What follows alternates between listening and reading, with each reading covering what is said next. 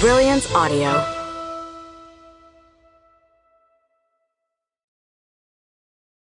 Light to the Hills by Bonnie Blaylock. Performed by Shannon Mcmanus. Chapter 1. At dusk, the far stretch of shifting blues and greens, where the mist over the mountains met the sky, reminded Sass of an ocean, or rather, how she imagined it. People say an ocean never stops moving, that it changes colors depending on the clouds passing by, and that you can get lost just staring at the endless reach of it. It sounded downright lonesome. The eastern Kentucky mountains stretched and reached far off like that too, as far off as you looked.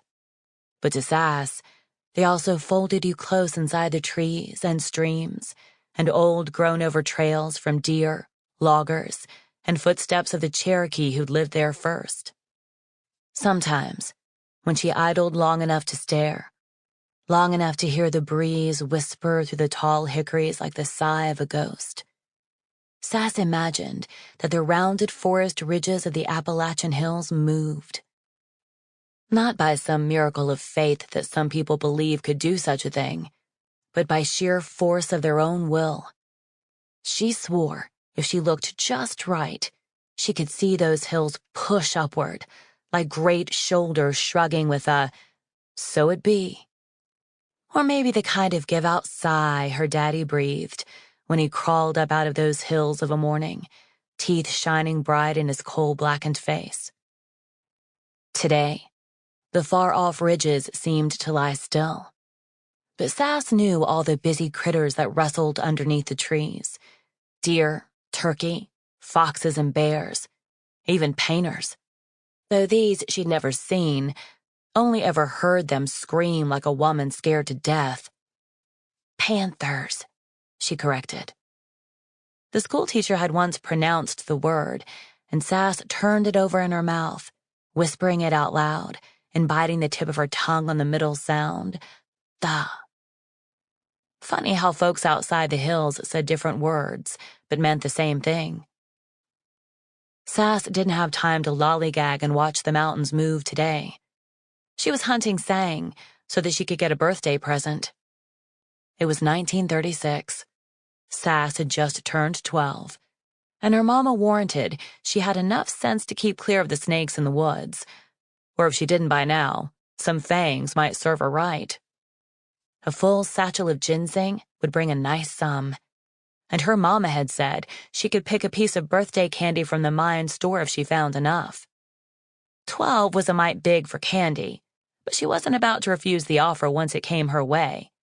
Sweet is sweet anyhow. Sass trailed along by herself in Ginkgo Holler, where the roots of the poplar trees clung for dear life to the steep, rocky slopes.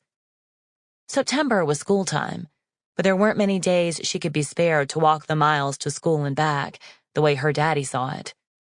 Tending her little sister and the weeds in the garden were her jobs, the main ones. She hummed along through the undergrowth, snippets of familiar hymns or reels, keeping her eyes peeled for the flashes of red berries beneath 5 leaves. Hunting ginseng wasn't the easiest chore. Besides keeping shy of poison ivy and poison oak, it took gentle hands to get the roots out, lifting them free just so, or risking leaving some of the treasure behind in the soil.